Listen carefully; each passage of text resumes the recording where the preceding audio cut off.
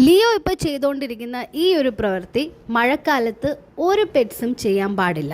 മഴക്കാലം തുടങ്ങിയാൽ നമ്മൾ പെറ്റ് പാരൻസ് ഏറ്റവും കൂടുതൽ പേടിക്കേണ്ടത് ആരെയാണെന്നറിയാവോ? ടിക്സിനെയും ഫ്ലീസിനെയും. ഇതിൻ്റെ ശല്യം ഈ ഒരു സമയത്ത് നല്ല കൂടുതലായിരിക്കും.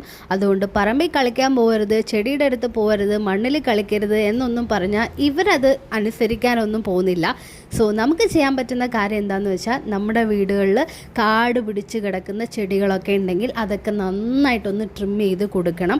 മഴക്കാലം ആയിക്കഴിഞ്ഞാൽ എല്ലാ വീടുകളിലും ഇത് ചെയ്യുന്നത് പതിവാണ്, കാരണം ചെടികളൊക്കെ വളരുന്ന ഒരു സമയമാണല്ലോ. പക്ഷെ ഞാൻ പറയുന്നത് പെറ്റ് പാരൻസിനോടാണ്. ചെടികളിലൊക്കെ ധാരാളം ടിക്സും ഫ്ലീസൊക്കെ വന്നിരിക്കാനുള്ള ചാൻസ് ഉണ്ട്.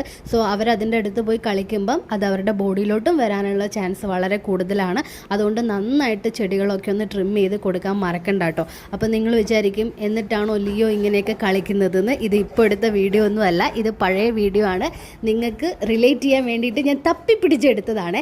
ലിയോ ഇപ്പോൾ ഇതേ മഴയൊക്കെ ആസ്വദിച്ച് എൻ്റെ കൂടെ ഇങ്ങനെ ഇരിക്കുന്നുണ്ട്, അല്ലേ ലിയോ? പിന്നെ ഈ വീഡിയോയിൽ ലിയോ തപ്പി കണ്ടുപിടിക്കുന്നത് വേറെ ഒന്നിനെ അല്ല, ഒച്ചിനെയാണ്.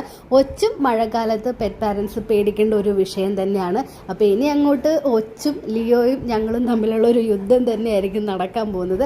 അപ്പോൾ എന്തായാലും നമുക്ക് കണ്ടറിയാം. എല്ലാവരും സേഫ് ആയിട്ടിരിക്കണേ. നിങ്ങളെ പെറ്റ്സിനെയും സേഫ് ആക്കി വെക്കണം. ബൈ.